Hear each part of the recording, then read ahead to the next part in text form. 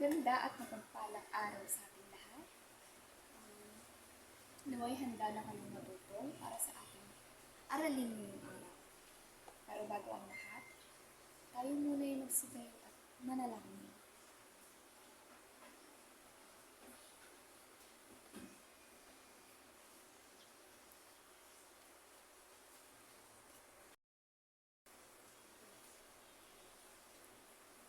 May mga lumiban ba sa ating klase ngayong araw?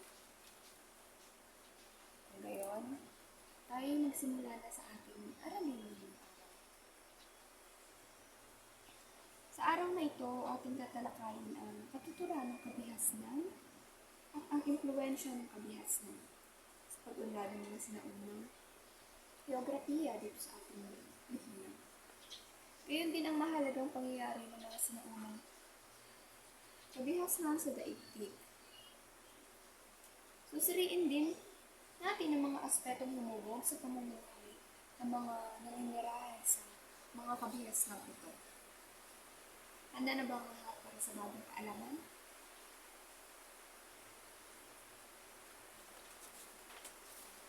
Para sa ating pagtatalakay,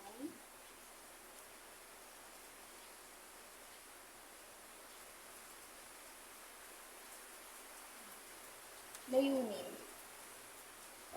Ang layunin ng ating aralin ay sa kapagsasabi ng pagkakaiba ng mga geografiya at kabihasnan sa pananagutan.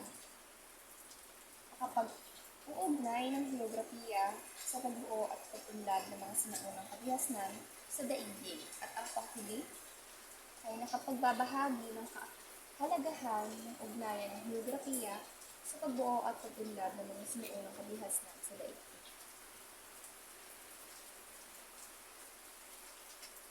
Tayo mag-umpisa na sa ating pagtatalakay. Ang una ay ang kabihasnan sa Mesopotamia.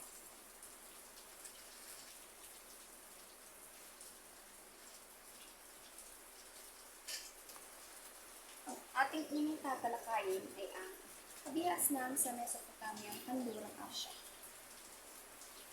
Ang salitang Mesopotamia ay nagmula sa mga salitang Greek na meso o ang ibig sabihin ay pag-itaw. Potamos, ang ibig sabihin ng ay ilog. Sa mga tuwid, ang Mesopotamia ay dalawang mga hulugang lupa sa pagitan ng dalawang ilog na inaakalang unang kabihasnan. Ang Mesopotamia ay itinuturing na kauna-unahang kabihasnan sa buong daigdig.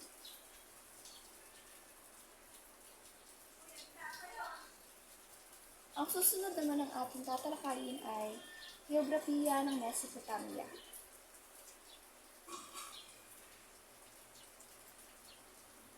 Matatagpuan ang Mesopotamia sa rehiyon ng Fertile Crescent, isang paarkong matabang lupain nagsisimula sa Persian Gulf hanggang sa silangang baybayin ng Mediterranean Sea. Ang regular na pag-apaw ng ilog Tigris at Euphrates ay nagdudulot ng baha na nagiiwan ng bandik or silt.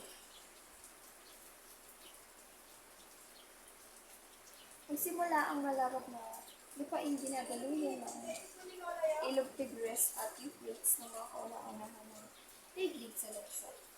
Tinatawag na Mesopotamia ang lupain matatagpuan sa pagitan ng ilog na ito. Sa kasalukuyan, matatagpuan ito sa Iraq at bahagi ng Syria. Ang sunod naman ay ang kabihasnan Indus sa Timog Asya. Ang Timog Asya naman ay isang malawak na tangway na hugis ng sulok. Sa kasalukuyan, binubuo ito ng bansang India, Pakistan, Bangladesh, Afghanistan, Bhutan, Sri Lanka, Nepal at Maldives. Ang rehiyong ito ay kakaiba sa aspektong geographical at kultural kung iahambing sa ibang panig ng Asya. Madalas itong tawagin ng mga geografo na subkontinente ng India dahil hinihiwalay ito ng mga kabundukan. Kaya may tuturing itong halos isang hiwalay na kontinente. May tatarik na kabundukan ng Hindu, Kush, Himalayas, at Karakoram ang nasa hilaga. Ito, samantalang pinalilibutan ito ng Arabian Sea sa kanluran, Indian Ocean sa katulugan, at Bay of Bengal sa silangan. Tulad ng ibang kontinente, sama't-sari rin ang wikang ginagamit sa rehiyong ito. Bagamat ang rehiyong ito ay naghihiwalay din ng mga kabundukan sa hilaga, nakakaranas din ito ng mga pagsasalakay at pandarayuan. Ang sunod naman ay heograpiya ng lambak ng Indus.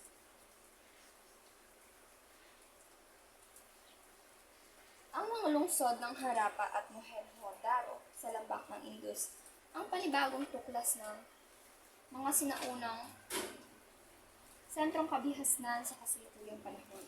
Matatagpuan ng arkeologo ang mga labi ng dalawang lungsod noong 1920 at gayon din ang lipunang nabuo rito ay kasabay halos ng pagsisimula ng summer noong 3000 BCE or before Christ era.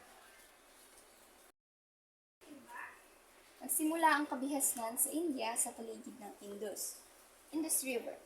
Ang tuktok ng kabundukang Himalayan ay nababalot ng makapal na yelo at nagmumula sa natutunaw na yelo ang tubig na dumadaloy sa Indus River na may babang 2,900 kilometers or 1,800 milya at bumabalagtas sa Kashmir patungong kapatagan ng Pakistan. Naman natin tatalakayin ay ang kabihasnang Chino sa silangang Asya. Ang kabihasnang umusbong sa China ay tinuturing na pinakamatandang kabihasnang nananatili sa buong daigdig hanggang sa kasalukuyan. Nag-ugat ito na halos 4 na milenya na nakakalipas. Noon pa man, naghiin na ng mga Chino ang pagkakaroon ng mahusay na pamamahala, ang pagkakaroon ng mga ideolohiyang suportado ng Estado, partikular ng Confucianism at Taoism, ay lalo pang nagpatatag sa kabihasnang Chino. Sa aspetong politikal, halinhinang nakakaranas ang China ng pagkakaisa at pagkakawatak-watak. Ang mga pangyayaring ito ay humuhubog sa kultura at mamamayan ng bansa hanggang sa makabagong panahon.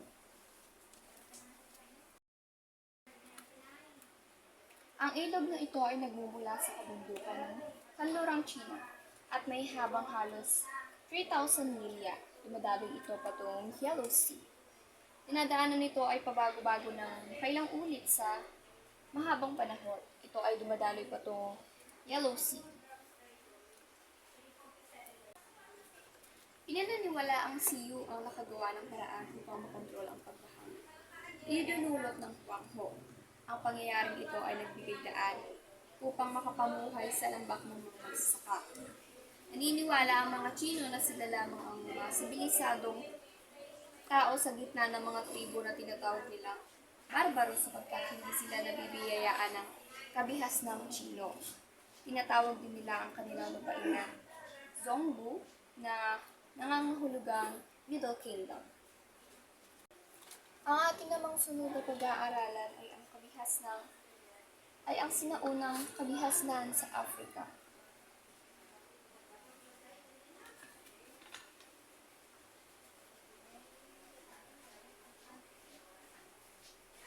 Isang sinaunang kabihasnan ang nagmula sa lambak ng Nile River sa Egypt, na nasa hilagang silangang bahagi ng Africa. Ang kabihasnan sa Mesopotamia ay mas naunang magsimula, subalit masasabing mas naging matatag ang kabihasnang yumabong sa Egypt. Ang sinaunang Egypt ay nagbuklod bilang isang estadong pagsapit ng 3,100 BCE or before Christ era at nakapagtutuloy sa loob ng halos 3 milenyo. Batay sa mga ebidensyang arkeolohikal, Mayroon ng lipunan sa Egypt bago pa magsimula ang kabihasnan sa lambak ng Nile. Ang mga isinagawang pagbubukay sa Egypt ay patuloy na nagbabago sa pananaw ng mga scholar tungkol sa pinagmula ng kabihasnan.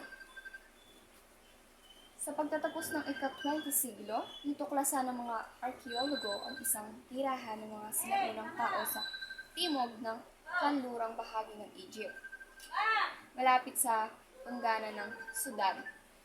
Tinatayang naroon ang mga naninirahan bago pa sumapit ang 8000 BCE or before Christ era.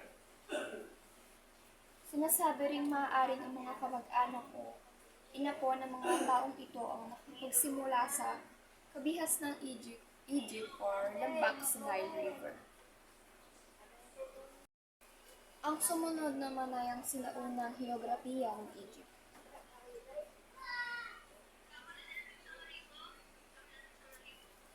Sa pag-unawa ng heograpiya ng sinaunang Egypt, mahalagang tandaan ang tinutukoy na Lower Egypt na sa bahaging hilaga ng lipunan o kung saan ang Nile ay dumadaloy patungong Mediterranean Sea. Samantala, ang Upper Egypt ay nasa bahaging katimugan mula sa Libyan Desert hanggang sa Abu Simbel. Ang Nile River na may 4,160 milya or 6,694 kilometro ang haba ay dumadaloy mula sa katimugan patungong hilaga. Noon pa man, ng unang panahon, ang Egypt ay tinatawag na the gift of the Nile dahil kung wala ang ilog na ito, ang buong lupain ay magiging disyerto. Sa panahong Neolitiko, ang tamang pag-apaw ng Nile ay nagbibigay daan upang makapagtanim ang mga magsasaka sa lambang ilog. Ang tubig baha ay nagdudulot ng halumilim na tuyong lupain at nag-iiwan ng matabang lupain na mainam para sa pagtatanim. Ang mga magsasaka ay kaagad na nagtatanim sa pagbaba ng tubig baha. Ang sunod naman ay ang kabihas ng Mesoamerica. Maraming siyensya ang naniniwalang may mga pangkat na pangangaso o hunter ang nandadayuhan mula sa Asya patungong Amerika. Libong taon na ang nakaraan. Unti-unting tinahak ng mga ito ang kanlurang baybayin ng North America patungong Timog at nakakapagpatatag ng mga kalat-kalat na pamamayan sa kontinente ng North America at South America. Noong ika-13 siglo BCE or before Christ era, umusbong ang kauna-unahang kabihasnan sa Amerika. Ang mga Olmec sa kasalukuyang Mexico na-impluwensyahan ang mga gawaing sinimulan ng mga Olmec ang iba pang pangkat na iba't ibang bahagi ng Amerika. Ang Mesoamerica o Central America ang rehiyon sa pagitan ng Sinaloa River Valley sa gitnang Mexico at Gulf of Fonseca sa katimugan ng El Salvador. Sa hilagang hangganan nito matatagpuan ang mga ilog ng Panuco at Santiago. Samantala, ang katimugang hangganan ay magmula sa baybayin ng Honduras sa Atlantic hanggang sa gulod o slope ng Nicaragua sa Pacific at sa pangway ng Nicoya sa Costa River. Para sa panghuli naman ay ang heograpiya ng Mesoamerica. Hango ang pangalang Mesoamerica sa katagang Meso na nangangahulugang gitna. Ito ang lunduyan ng mga unang kabihasnan sa Amerika. Sa lupain ito, ang malaking pagkakaiba sa elevasyon ng lupa at dalas ng pag-ulan ay nagdudulot ng mga uri ng klima sa ekolohiya sa iba't ibang bahagi ng rehiyon. Bago-bago ang panahon ng rehiyon ito. Dito naitatag ang unang paninirahan ng mga tao at isa sa mga lugar na unang pinausbungan ng agrikultura, tulad ng kanlurang Asya at China. Sa kasalukuyang panahon, may malaking populasyon ang rehiyon ito.